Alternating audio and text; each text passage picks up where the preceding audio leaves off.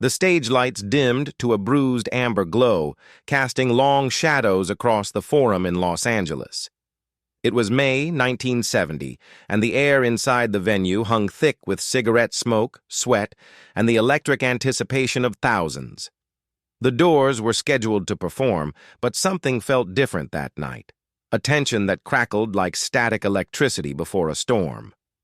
Outside, the world was fracturing. Students lay dead at Kent State. The war in Vietnam devoured young lives with mechanical indifference, and across America, the dream of the 1960s was curdling into something darker, more desperate. Inside this concrete cathedral of rock and roll, a man with wild curls and leather pants stood at the precipice of his own disappearance, though no one in that crowd could have known it yet. The microphone waited. The drums breathed, and Jim Morrison, the self-proclaimed Lizard King, prepared to vanish not in a single moment but slowly, deliberately, across the months that would follow, a disappearing act that would take an entire year to complete. The year 1970 did not announce itself with fanfare for Morrison. It arrived quietly, insidiously, like fog rolling in from the Pacific. Those who knew him best would later recall a shift in his eyes, a distance that seemed to grow with each passing week. The man who had once commanded stages with shamanic intensity, who had turned concert halls into pagan rituals, now seemed to be watching himself from somewhere far away. Reports suggest he had grown weary of the spectacle, tired of being the beautiful monster that teenage girls screamed for and rock critics dissected with academic precision. The Morrison of 1970 was drinking more heavily than ever before, his body thickening, his face losing the sharp angles that had made him a pin-up icon. But it was more than physical transformation. Something essential was withdrawing, retreating into a private darkness that no amount of stage lighting could penetrate. January began, with hangovers and broken promises. The band had obligations, concerts, recording sessions, the machinery of rock stardom that demanded constant feeding. But Morrison's relationship with performance had become increasingly complicated, even hostile. He would show up late, drunk, or not at all. During recording sessions for what would become Morrison Hotel, accounts describe a man who seemed to flicker in and out of presence, occasionally brilliant, often absent even when standing in the room. Producer Paul Rothchild, who had guided the Doors through their most successful albums, watched with growing frustration as the singer he had once considered a genuine poet seemed to sabotage his own gift. The microphone became both confessional booth and instrument of rebellion. Morrison would mumble lyrics, forget verses, or suddenly deliver a line with such raw, unexpected power that everyone in the studio would fall silent, reminded of what was slipping away. The concerts that year tell the story of a disappearance in progress. In February, the Doors played a series of shows that witnesses recall as erratic, dangerous, transcendent one moment, and embarrassing the next. Morrison had always walked a tightrope between genius and chaos, but now the safety net seemed to have been removed entirely. He would stand motionless for long stretches, letting the music wash over him while the audience waited, confused and restless. Then, without warning, he would erupt, screaming, prowling the stage like a caged animal, pouring everything he had into a single verse before retreating back into stillness. It was performance as self-destruction, art as slow-motion suicide. The other members of the Doors, Ray Manzarek on keyboards, Robbie Krieger on guitar, John Densmore on drums, watched their frontman drift further from shore, uncertain whether to throw him a rope or let him swim toward whatever horizon he was seeking. Before we begin this journey deeper into 1970, be part of our channel. Subscribe and turn on the notification bell so you don't miss any incredible story we've prepared for you. And tell us in the comments where you're watching from. We love to see how far our stories travel. The Miami trial loomed over everything. In March 1969, Morrison had allegedly exposed himself during a concert in Miami, a moment of drunken rebellion or desperate performance art, depending on who was telling the story. Now, in 1970, he faced serious criminal charges that could send him to prison. The trial became a referendum not just on Morrison's behavior, but on rock and roll itself, on the entire counterculture that had promised liberation and delivered, in the eyes of the establishment, only degeneracy and chaos. Morrison sat in courtrooms wearing suits that didn't quite fit, his hair shorter than usual, playing the role of contrite defendant, while his lawyers argued technicalities and witnesses offered contradictory testimonies. Some said they saw indecent exposure. Others insisted it was all suggestion and shadow, that Morrison had merely simulated the act. The truth, like so much about Morrison, remained elusive, slippery, impossible to pin down with certainty. The trial drained him in ways that extended beyond the legal consequences. It forced Morrison to confront what he had become, or what others had made him into. Was he a poet, a shaman, a sex symbol, a criminal? All of these? None of these? The courtroom proceedings stretched across months, interrupting, tours, consuming his attention, transforming his public image from dangerous artist to defendant in a morality play. Friends and bandmates noticed the toll it took. Morrison drank to escape the anxiety, then drank to escape the drinking. He gained weight rapidly, his face becoming puffy, his movements slower. The leather-clad sex god of 1967 was being replaced by something softer, more vulnerable, almost deliberately self-destructive. It was as if Morrison had decided that if he couldn't control his image, he would destroy it entirely. The Doors released Morrison Hotel in February 1970, an album that many critics considered a return to form after the experimental excesses of The Soft Parade. The music was rawer, bluesier, more stripped down, a deliberate rejection of the orchestral arrangements that had characterized their previous work. Songs like Roadhouse Blues and Peace Frog crackled with energy, but there was also a weariness threaded through the album, a sense of men, looking back at better days. Morrison's vocals, when he engaged fully, still carried that distinctive blend of menace and vulnerability, but increasingly, accounts suggest, he seemed less interested in being a rock star and more interested in being taken seriously as a poet, a filmmaker, an artist working in mediums that didn't require him to be a performing seal for drunken audiences. Spring arrived in Los Angeles with its usual empty perfection: blue skies, warm sun, the city beautiful and hollow. Morrison spent more time in bars than studios, more time with drinking buddies than bandmates. The Venice Beach apartment he shared with his longtime partner, Pamela Corson, became a refuge and a prison, a place where he could hide from the demands of fame, but couldn't escape himself. Pamela and Jim's relationship had always been volatile, passionate, destructive, a connection that seemed to feed on drama and chaos. Now, with Morrison drinking heavily and Pamela using heroin, the toxicity intensified. They would fight, break up, reconcile, fight again, a cycle that seemed to mirror Morrison's relationship with performance, with the Doors, with the very idea of being Jim Morrison. The concerts continued through spring and summer, each one a potential disaster or miracle, often both within the same show. In May, the Doors performed at a festival in Pennsylvania before a massive crowd. Witnesses recall Morrison arriving late and drunk, barely able to stand. The first few songs were shambles, Morrison mumbling or forgetting lyrics entirely. Then, midway through the set, something shifted. He seemed to wake up, to inhabit himself fully for the first time in months.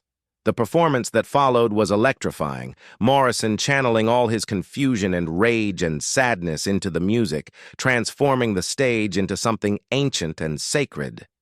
For those 20 minutes, the disappearing man reappeared in full force. Then the spell broke. Morrison stumbled off stage, and the magic evaporated as quickly as it had arrived. June brought more courtrooms and postponements. The Miami trial dragged on, each delay adding another layer of uncertainty to Morrison's future. His lawyers argued, prosecutors presented evidence, and Morrison sat quietly, occasionally smirking or staring into space.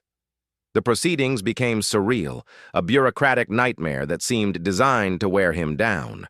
Between court appearances, the Doors played more shows, fulfilling contractual obligations that felt increasingly meaningless.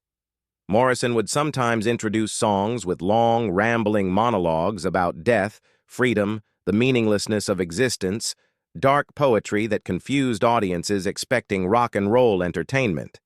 He was using the stage not to connect with fans, but to work through his own existential crisis in public, turning each concert into a therapy session that no one had signed up for. July arrived hot and heavy.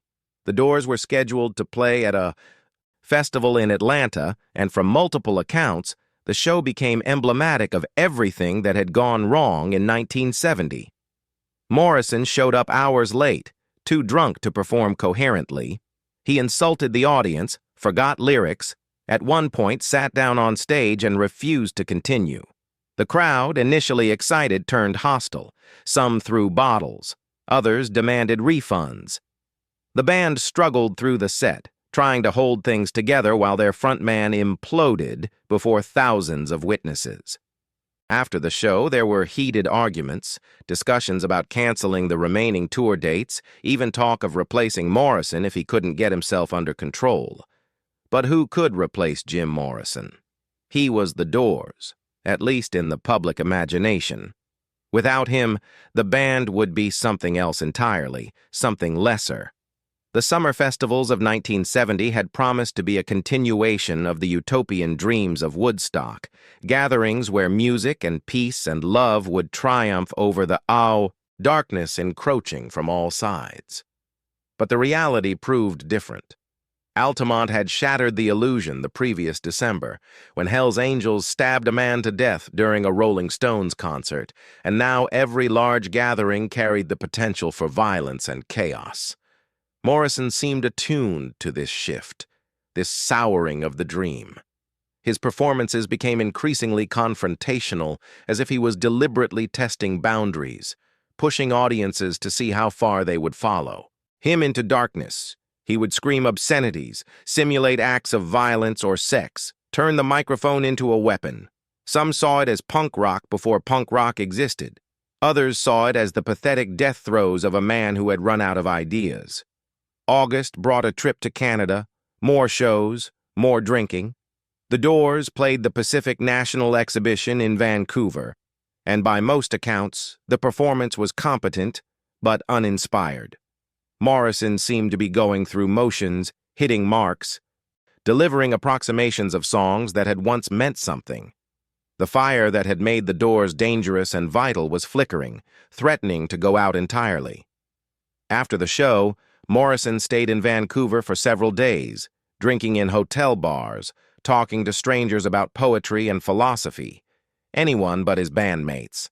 He seemed to be conducting research for his own disappearance, learning how to be anonymous, how to exist without the burden of being Jim Morrison, rock star. September saw the release of Absolutely Live, a double album capturing the Doors in concert during better times. Listening to it in 1970, the contrast between the Morrison on those recordings and the Morrison stumbling through current shows was stark, almost heartbreaking.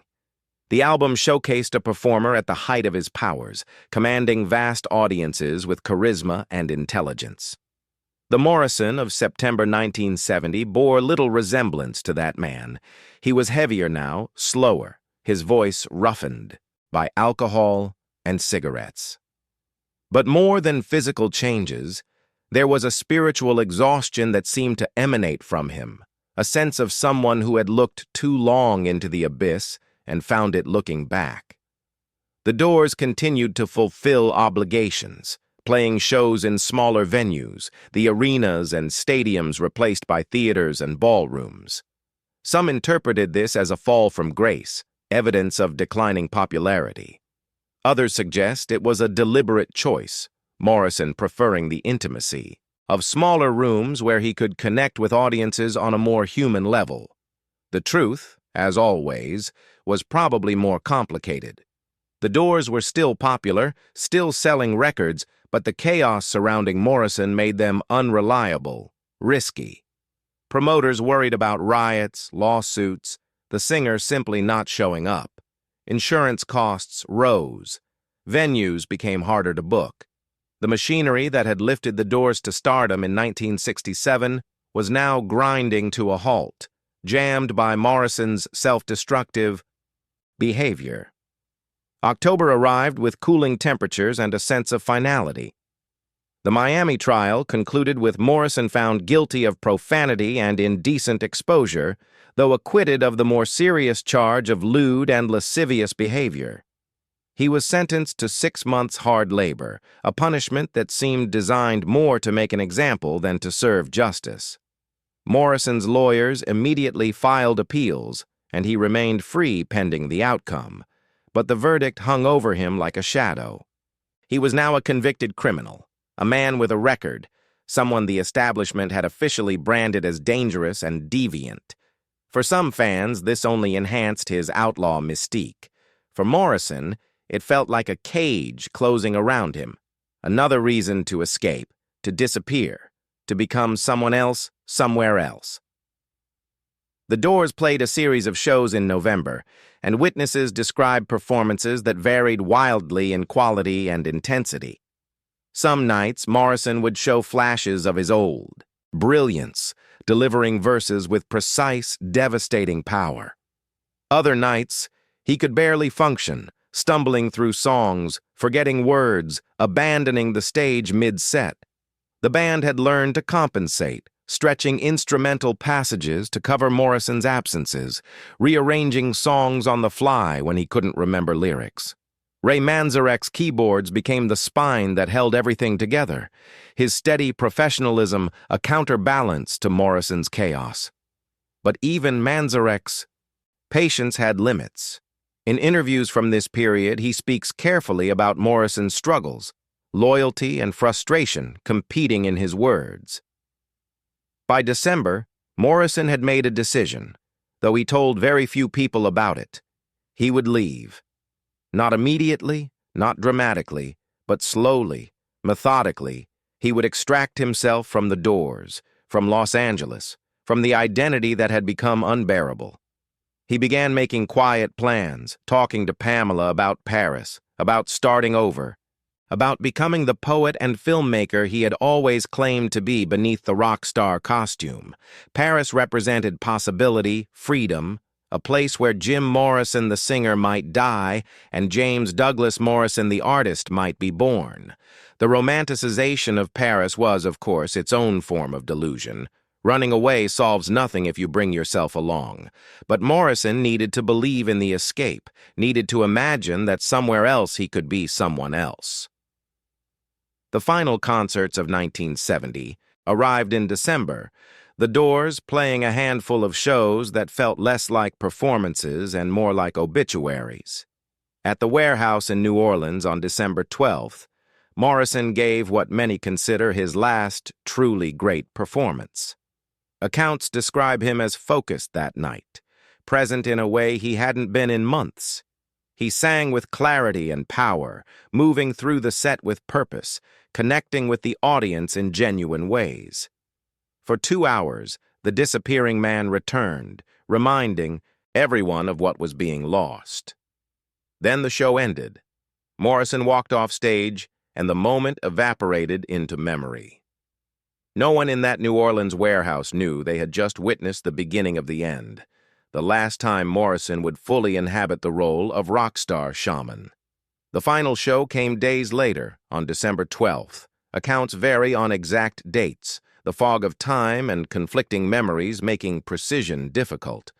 What remains certain is that by mid-December 1970, the Doors played their last concert with Jim Morrison, though no one officially acknowledged it as such. There was no farewell tour, no final bow, No grand statement.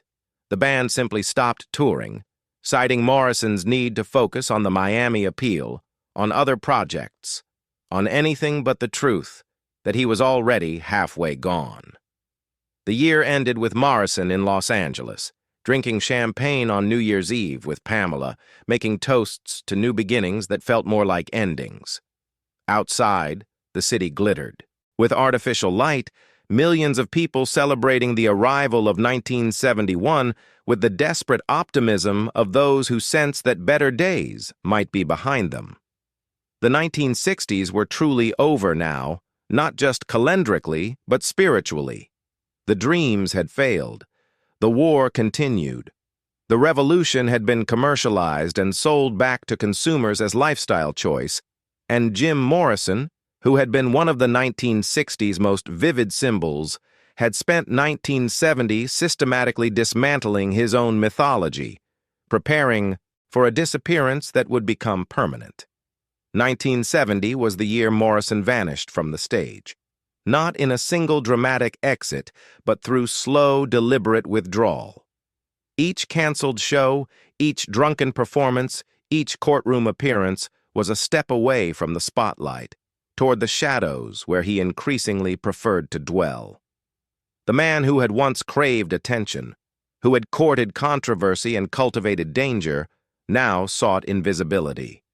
He grew his beard longer, let his hair grow, wild and unkempt, wore clothes that disguised rather than displayed. He wanted to walk down streets without being recognized, to sit in cafes without being asked for autographs, to exist without the constant pressure of being Jim Morrison icon. The disappearance was also creative. Morrison wrote more poetry in 1970 than he had in previous years, filling notebooks with verses that would later be published posthumously. The poems reveal a man grappling with mortality, freedom, the price of fame. They are often dark, sometimes beautiful, occasionally self-indulgent, the work of someone trying to justify his existence, to prove that beneath the leather pants and sex symbol image there was genuine artistic substance. Whether the poetry succeeds is a matter of debate. Some critics praise its raw honesty. Others dismiss it as the pretentious scribblings of a rock star playing at being a serious writer. Morrison himself seemed uncertain, alternating between fierce pride in his verses and dismissive mockery of his own efforts. The relationship between Morrison and the other members of the Doors deteriorated throughout 1970, though they maintained professional civility in public. In private, there were arguments about money, artistic direction, Morrison's behavior. Ray Manzarek wanted to keep making records, touring, building on their success. Morrison wanted to make films, publish poetry, do anything but repeat the same songs night after night for screaming audiences. Robbie. Krieger and John Densmore found themselves caught between, trying to keep the band functional while their frontman pulled away. The tension was productive in some ways.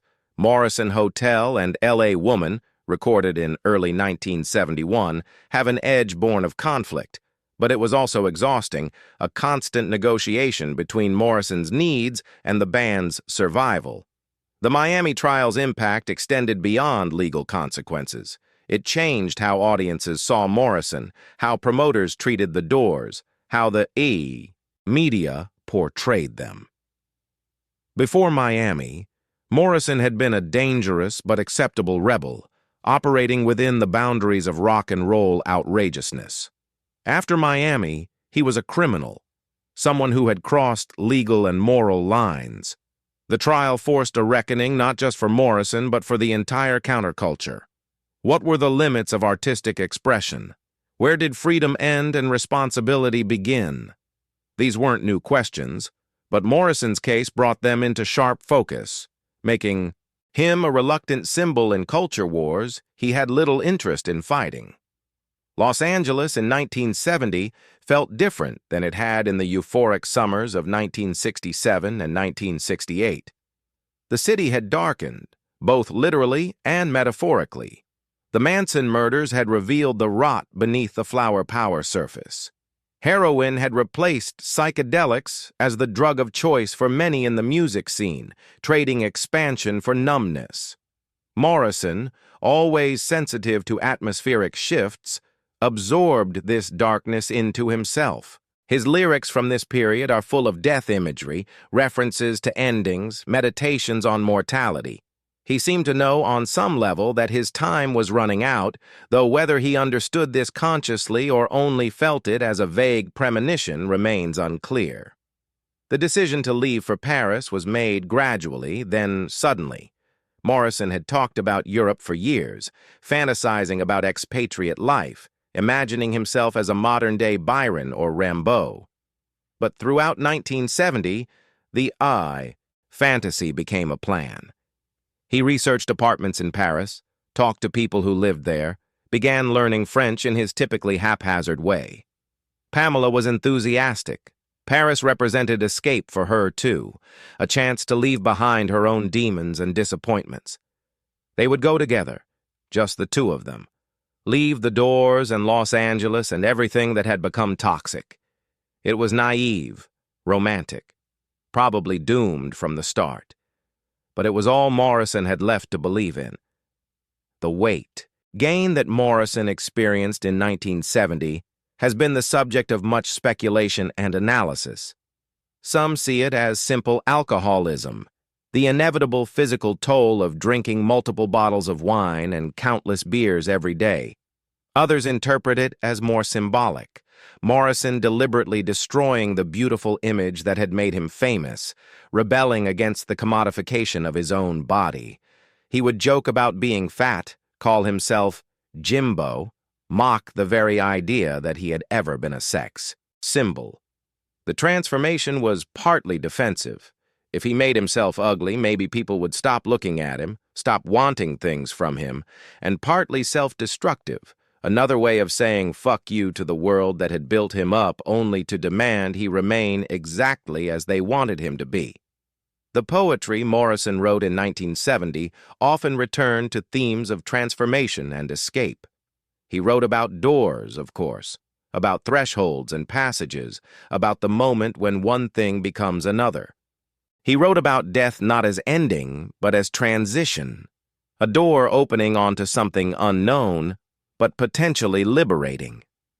These weren't just metaphors for Morrison. They were maps he was drawing for himself, instructions for his own disappearance. The poems read now like breadcrumbs leading to Paris, to that bathtub on July 3, 1971, to the mysterious death that would ensure his mythology outlived his music. The final months of 1970 saw Morrison increasingly isolated.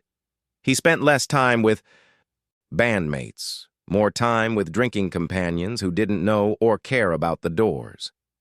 He frequented bars where no one recognized him or pretended not to, places where he could sit for hours working through bottles of wine while scribbling in notebooks. He was researching obscurity, practicing anonymity, learning to be someone other than Jim Morrison. The irony, of course, was that Morrison the man had never really existed in the first place. It had always been performance, construction, a character he had created and now wanted to destroy. New Year's Eve 1970 arrived with cold winds and clear skies. Somewhere in Los Angeles, Jim Morrison and Pamela Corson rang in 1971 together, two people bound by love and addiction and mutual destruction. They made plans, talked about Paris, imagined futures that would never materialize the way they hoped. Morrison had approximately 6 more months to live, though no one knew it yet. The disappearance from the stage was nearly complete. All that remained was the final vanishing act, the one from which there would be no return, no encore, no comeback tour. Subscribe and turn on the notification bell so you don't miss any incredible story we've prepared for you. See you in the next story.